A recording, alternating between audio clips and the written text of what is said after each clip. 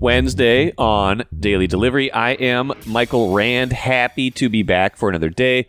Hope everyone's having a great day out there today. Terrific show coming up. Twins season begins tomorrow, and because of that, Bobby Nightengale joins me here in just a minute. Twins beat writer for the Star Tribune. Looking at the roster, looking at strengths and weaknesses of this year's team, some of the surprising guys that made it to the final 26, season outlook, and update such as it is on the Twins sale. Not a ton cooking right now, but maybe not as bleak as you might think either. Work happening behind the scenes. You know, if they had hoped to have a buyer identified by opening day, unless it's tomorrow or today, that's not going to happen. But they remain on track, it sounds like, to find somebody. We just don't know who that somebody is at the moment. So more to come on that, but Bobby will give us kind of the latest on where that stands and all of that as the Twins get ready to play the 2025 season, one in which they hope ends with the playoffs and, you know, maybe a deep playoff run if everything comes together. Wild at the end of the show, a little Wolves at the end of the show as well, a little Twins TV postscript there as well. First, though, what I miss: Niko Medved was introduced as the new Gophers men's basketball coach on Tuesday. News conference, thought he came off pretty well. He's not a overly big personality from what I could see, from what I could tell. He's definitely got charisma, but he's not like a big. It doesn't seem like he dominates the room, but that's okay. You don't have to be that as a coach. He seems like a genuinely good person, and he seems sincere. You can kind of tell when you are being sold something by somebody in the way they talk, and I don't feel like I got that impression. Now, it's the most I've listened to him talk by far. I don't feel like I got that impression watching his introductory news conference, and he certainly said a lot of the right things about, you know, wants to build the program, wants to win now if they can. I mean, he didn't, you know, downplay the idea that they could be an NCAA tournament team next season, and that's how this works now. Like you're kind of starting from nothing with the roster right now. Very few players coming back. You have no guarantees on who's coming back, but of course, because of how this works now with the transfer portal, you can build a roster really fast. This isn't like the old days of college basketball where you would come into a new job and all of a sudden it's like, okay, we got to rebuild, got to get the recruits in, might take some redshirt years. Maybe by year 3, we can be something.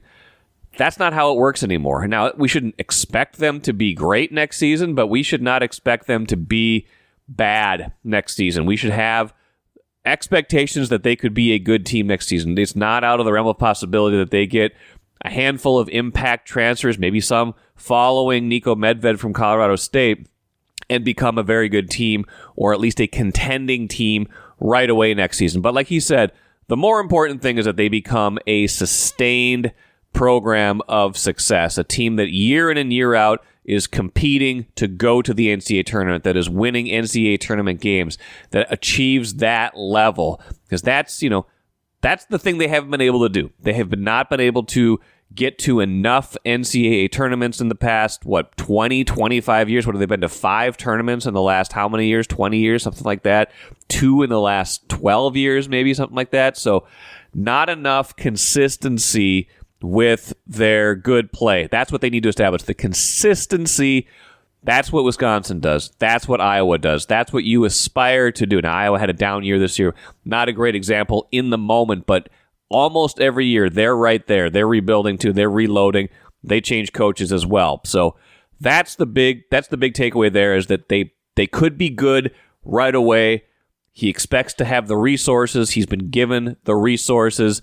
Salary starts at around $3 million a year. Not breaking the bank in terms of where the rest of the Big Ten is, but certainly more than the Gophers were paying Ben Johnson. So it's a step up for him. It's a step up from where Ben Johnson was. A more robust financial commitment, certainly more to come when revenue sharing gets into the mix. Sounds like Mark Coyle confirmed on Tuesday that, yes, they want to be in the top third of the Big Ten in terms of how much of the revenue sharing money they are allocating towards men's basketball. That makes up a huge chunk of the gap in whatever is not there for NIL right now, because that revenue sharing money is a lot more than NIL right there. That's a big chunk of the revenue. Even if other teams are also spending close to that, let's just say, for example, Gophers spent a little over $1 million in revenue sharing in NIL this year on men's basketball, but others programs are spending $3 million. Let's say like big programs are spending $3 or $4 million. Add, let's say, like $4 million to each of those. Say the Gophers are now spending $5-6 million on men's basketball. Another top tier program might be spending 7 or 8. So another team might have more. I think the Gophers will increase the NIL they're getting, and so that's another place to increase the gap, or I'm sorry, decrease the gap. But just the difference between 3 and 1 versus 7 and 5 is a pretty significant difference. You can get a lot of good players if you have that money. You might not be able to get the 5th good player, but you can get a bunch of good players at that amount. So watch for that. I think that's a big difference. I think this is going to make a big difference. The coach they have has gone to 3 of the last 4 tournaments, and now they are going to be investing in the players that can help get them there. Now, all that said, perhaps the biggest takeaway from all of this, all of the whole news conference, was towards the end. I believe Nadeem Babu from Gopher Hole asked this question: are you going to play St. Thomas? Here is what Niko Medved had to say. You know what? I can tell him, I don't think, I've tried. I've already talked to him. I tried to get St. Thomas to play us, but they don't want anything to do with us. So that's a joke, everybody. You know what I mean?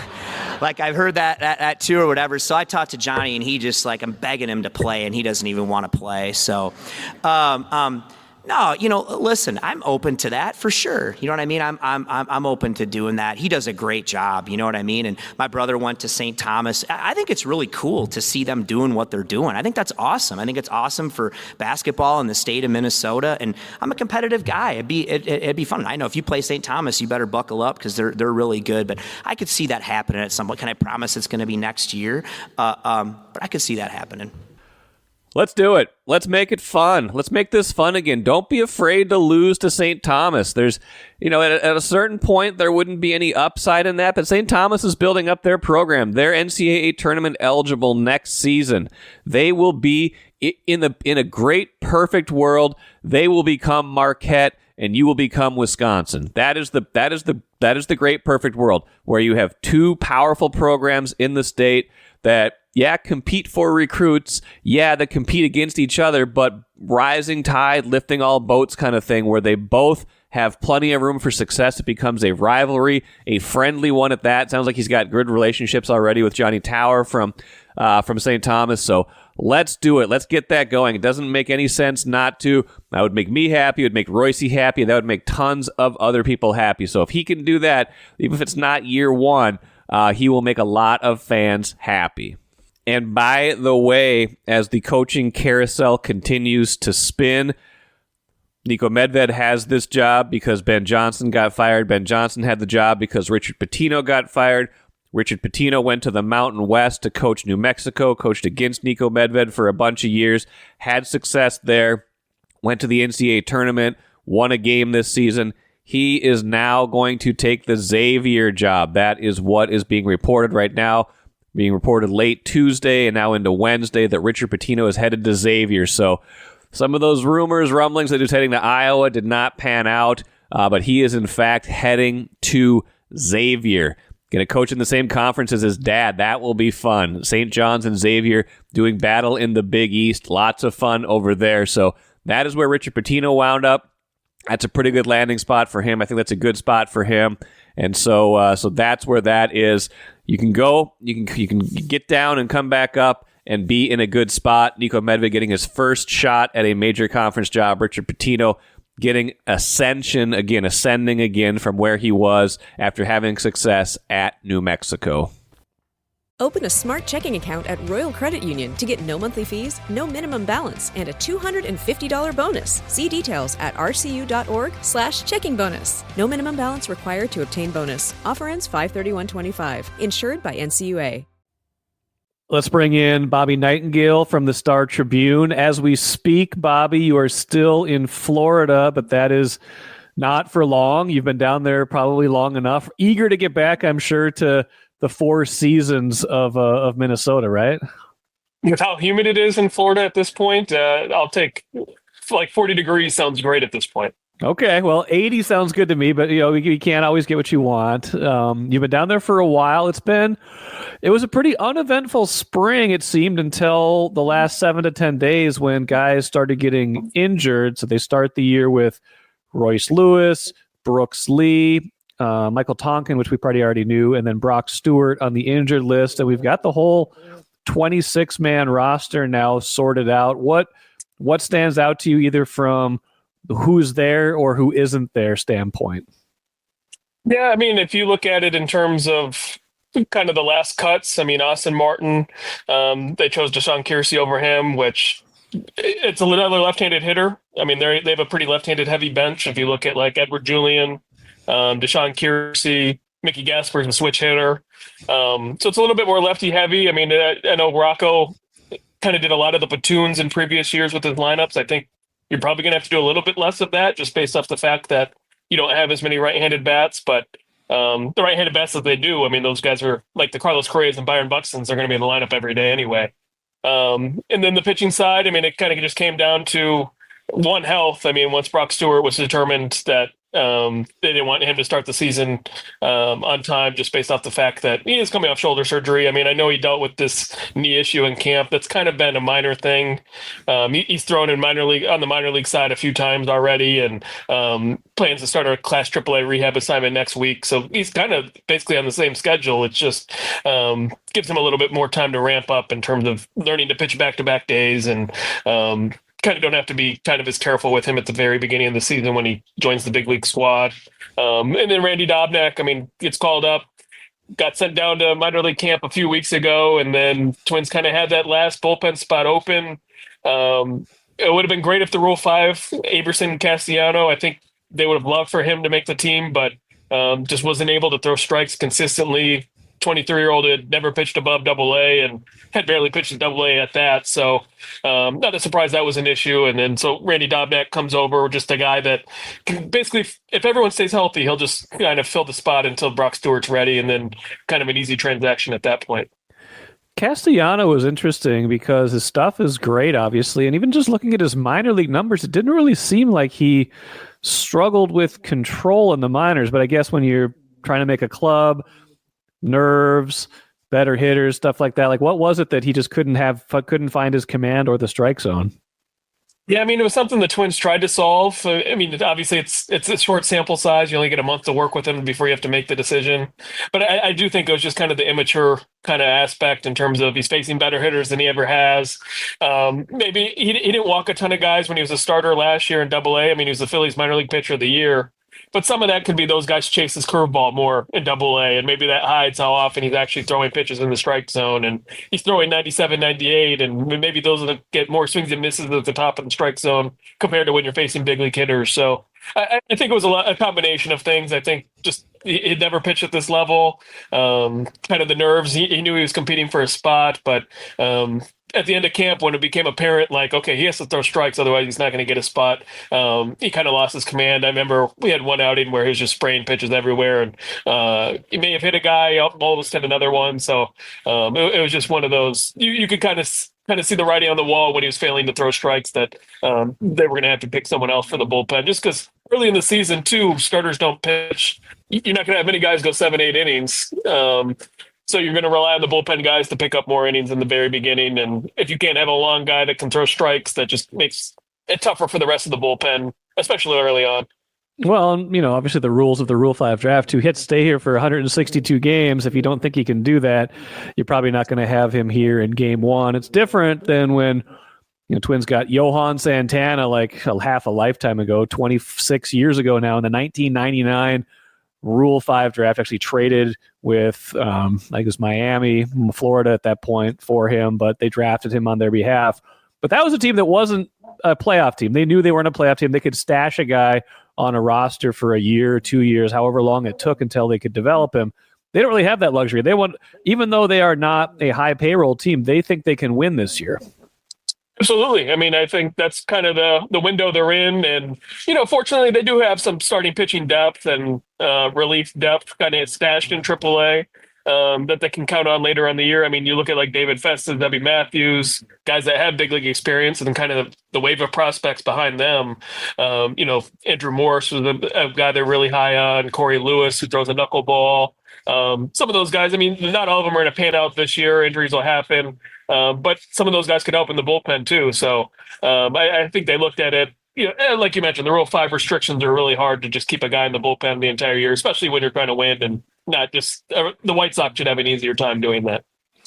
Mickey Gasper is an interesting one to make the roster. We're kind of starting at the bottom of who made the roster, maybe working our way up. But, a guy who they targeted him in a trade this offseason. They bring him over, even though he's basically a career minor leaguer.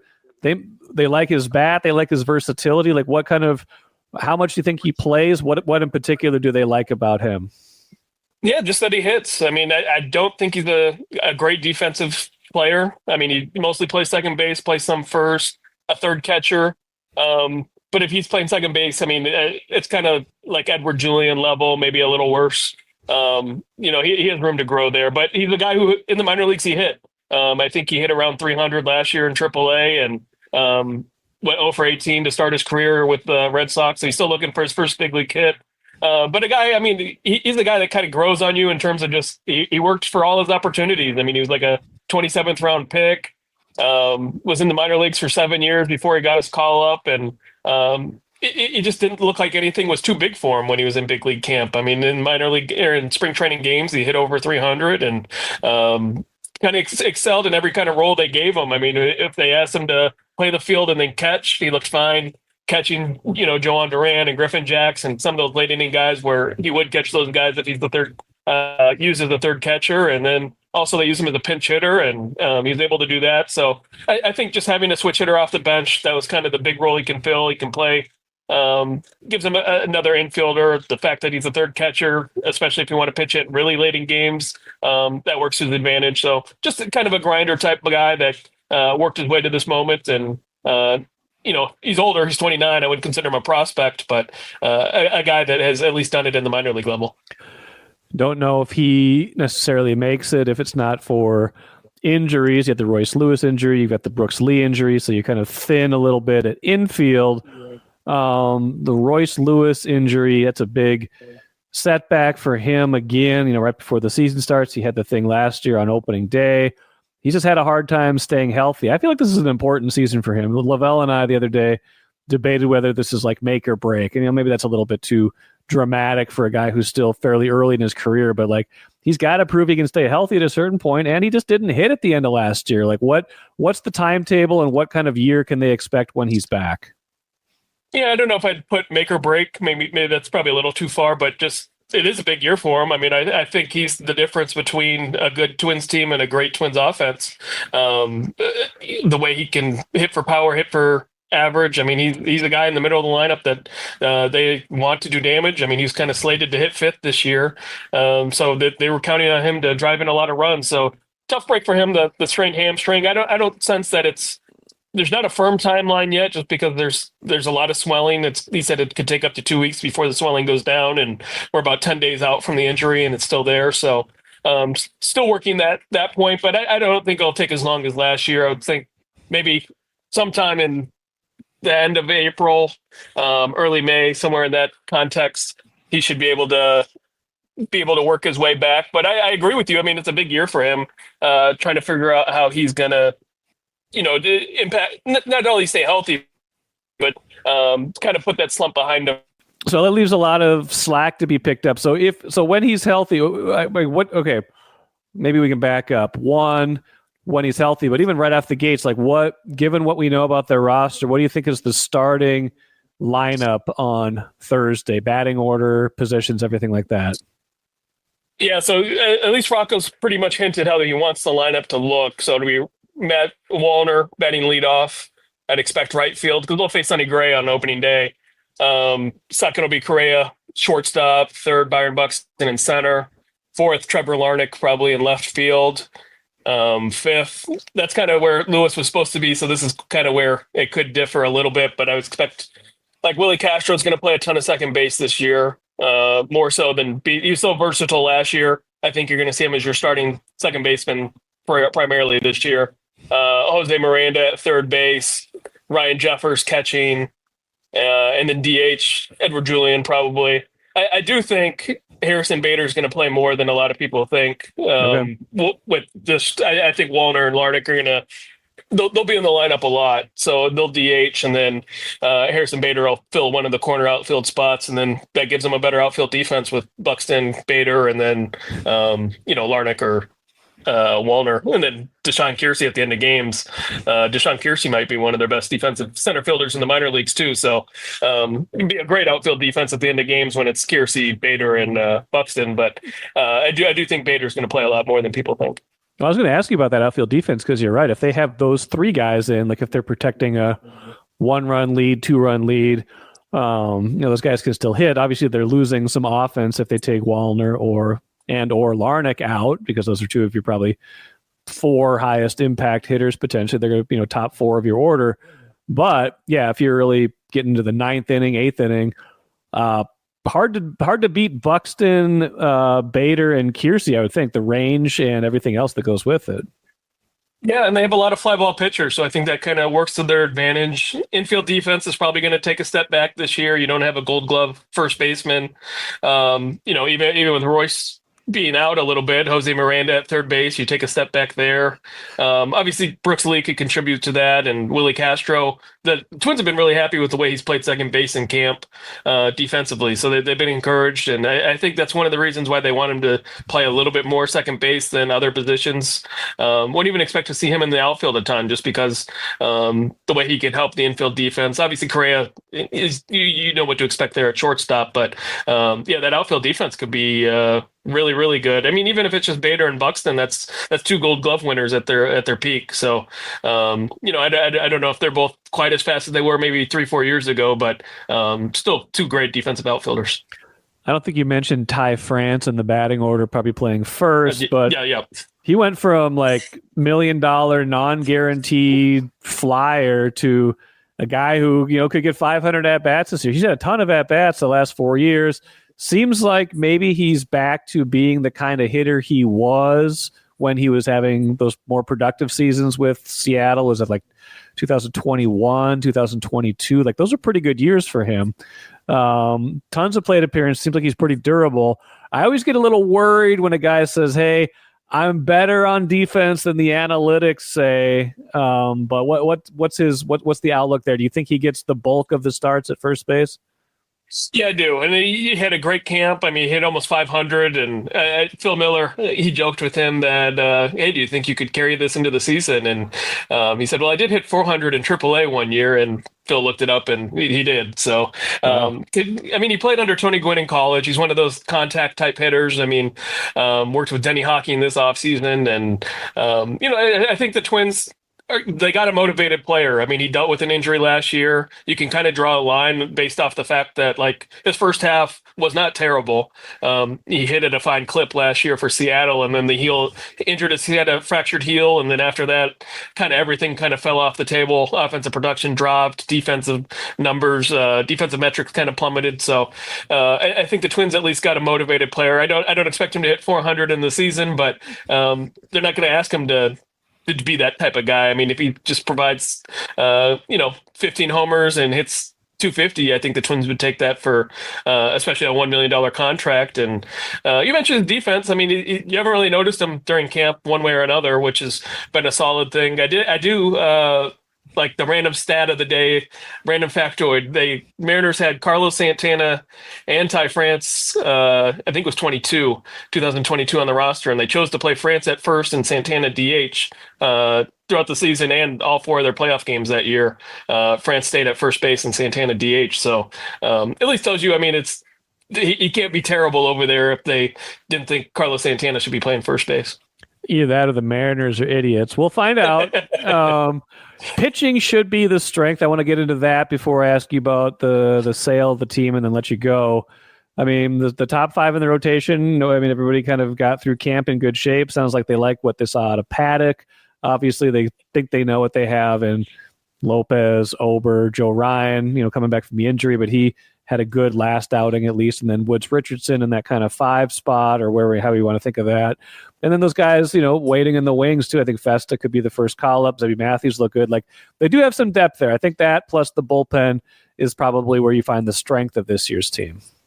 Yeah, and I think it gets understated a little bit. I mean, I feel like it gets taken for granted how good kind of their rotation could line up. Yep. I mean, they probably don't have the number ones to like Pablo. I don't know if he matches up against like the other top number ones across the league, but a lot of teams wish they had the number 5, 6, 7 starters that the Twins did. And that's the thing talking to scouts out here. I mean, they're kind of like, okay, we know the Twins are going to pitch this year.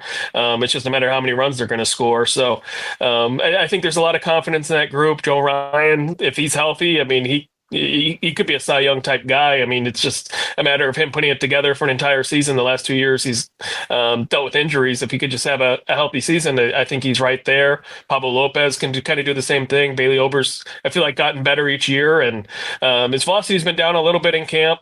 So that'll be something to watch early in the season. But the results have still been the same.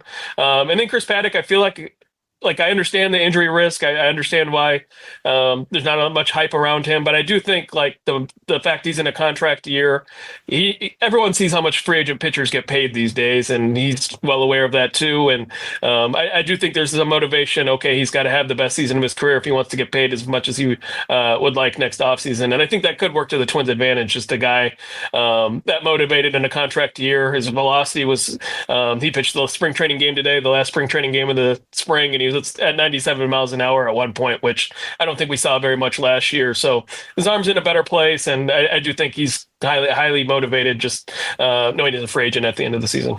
Yeah, and then the bullpen, obviously. I mean, they the numbers say it could be the best bullpen in baseball. They want to be the best bullpen in baseball. They got to go out and do it. Duran, Jax, Cole Sands is maybe kind of on that doorstep whenever they get Brock Stewart back. Like they've got a lot of capable right-handed arms. They bring in Danny Coulomb this year to kind of fill that lefty role. It looks good on paper, and it was generally pretty good last year until they probably had to use them a little bit more than they wanted to. Do you really can this be the best bullpen in baseball? Is that realistic?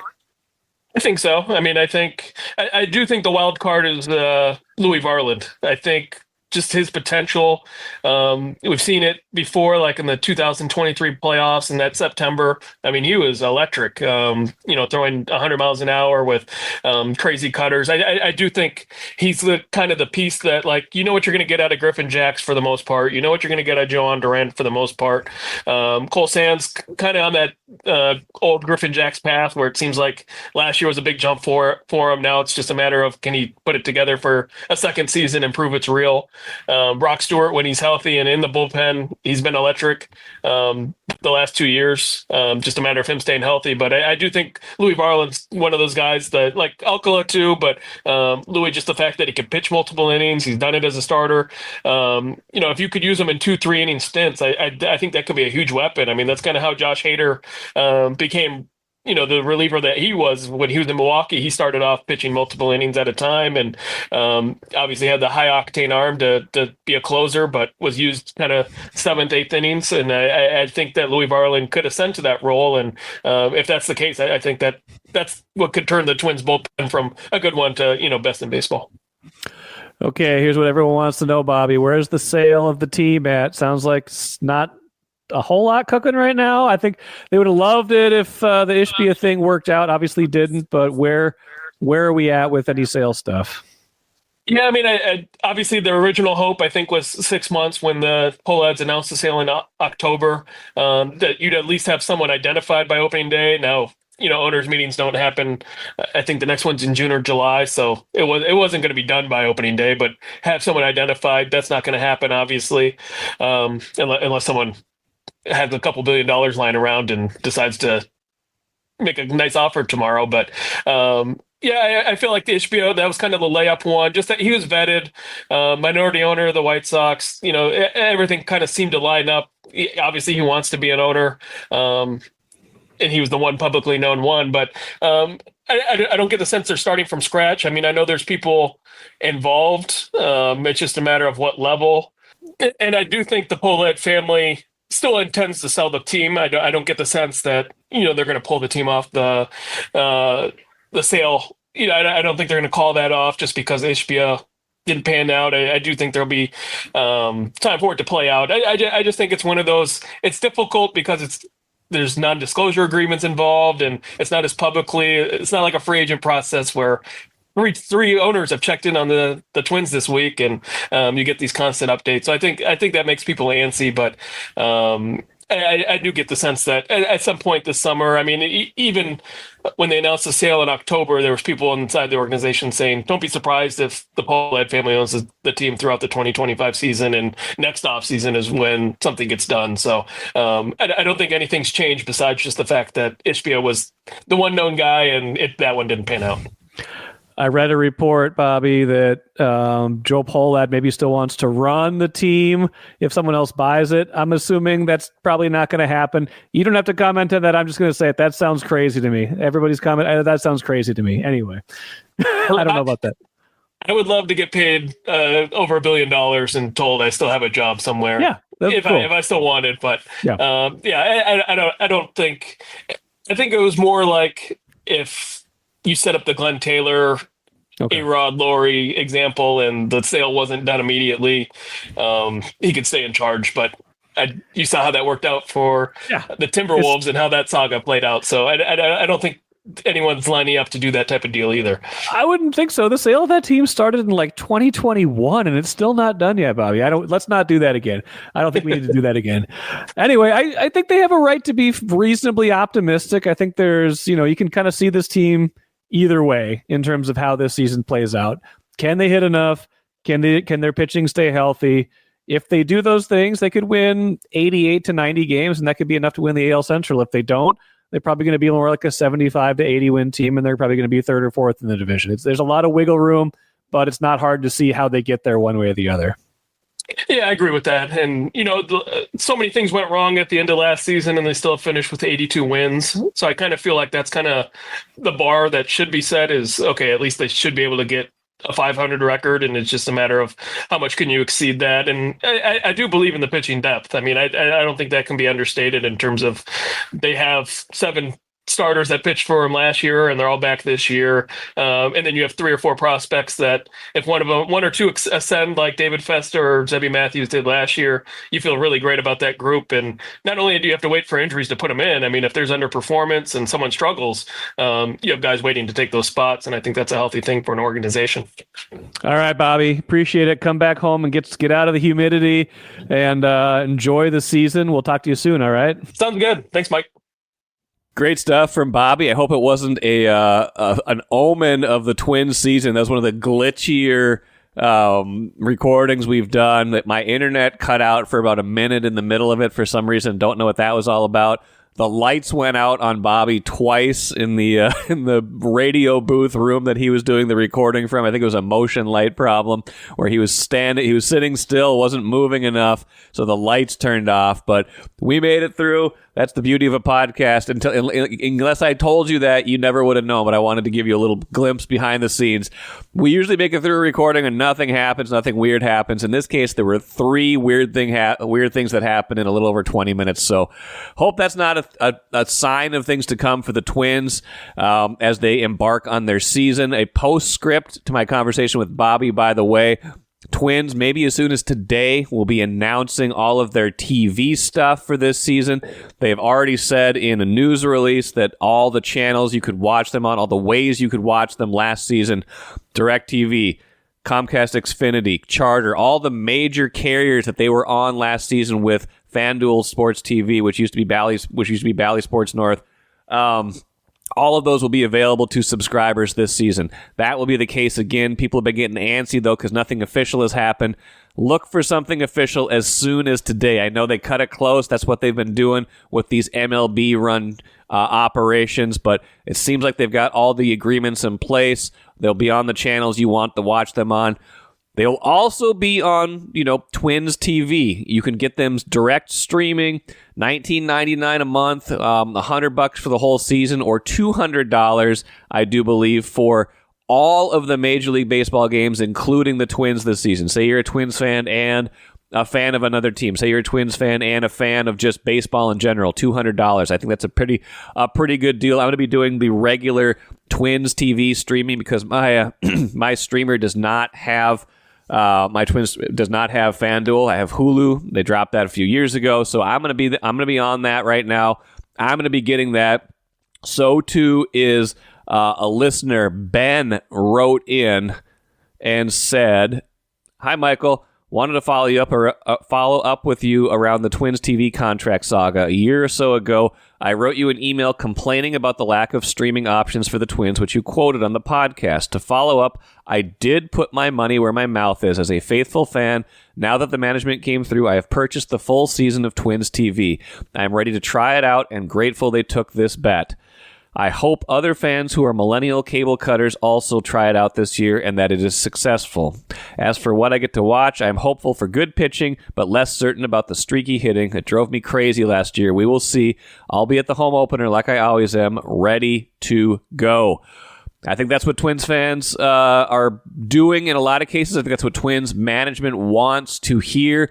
The dynamics of the money, the guaranteed money they were getting from what used to be Bally Sports North from the parent company Diamond Sports, that's not there anymore. So the financial difference is significant. Some of that probably is impacting the sale, like Bobby and I talked about. As recently as 2023, they were getting $55 million. Don't know it exactly a year. Don't exactly know what they got last season. This year, it will be less from what we know. How does that all balance out? How does that number grow over time? That is a big piece of the revenue puzzle. And again, one of the uncertainties that makes selling a baseball team right now a difficult task. Let's finish with the cooler. Wild lost again, 5-1. Made it a little bit of a game against Vegas in the third period. Vegas was up 2-0 going into the third. Wild got one back early, put some pressure on, but could not equalize. Vegas got a couple late, I think 3-1. Then there was an empty netter. Then there was a good goal after that, too, with Fleury back in net. So 5-1 is your final. How it happened isn't as important as the fact that it did happen. Getting a little dicey in the playoff race now. St. Louis just 2 points behind the Wild. Calgary just 6 points behind the Wild. And Calgary is the one to watch because that is the final playoff spot. That is the last wild card spot. St. Louis is just trying to pass them for that first wild card spot. They've got some cushion there. They've still got a 6-point lead on Calgary. I think 7 on Vancouver. But Calgary has played 2 fewer games than the Wild. Wild only have 11 games left. Calgary has 13 games left. So that's getting a little dicey. Still a good chance the Wild make the playoffs this season. Good news, Jonas Brodin came back last night. Sounds like Eriksson Ek and Kaprizov might be close to skating soon. That would be good news because they could sure use them, not just for the playoffs, but for the push to get into the playoffs. They're going to need something. That whatever's happening right now isn't working to much of a degree. They just don't look like they have much left in the tank right now. Just trying to hang on, win those low-scoring games, and that relies on goaltending. If you don't get great goaltending every game, you're going to have a hard time winning in that format. So going to see a lot of Gustafsson down the stretch, and hopefully for the Wild's sake, you'll get some of those key players back here soon, and they can fend off those teams and get into the postseason. Speaking of the postseason, quickly, NBA Warriors got smoked last night. Still no Steph Curry. That is good news for the Wolves' playoff push as they try to avoid the play-in round. Wolves don't play till Friday, which means this is a good time to talk to Chris Hine. He will be on Thursday's show talking Wolves, talking end of the season push, talking Anthony Edwards, all that good stuff. So listen up for that. Until then, I am Michael Rand. Have a great rest of your Wednesday. Back at it again tomorrow.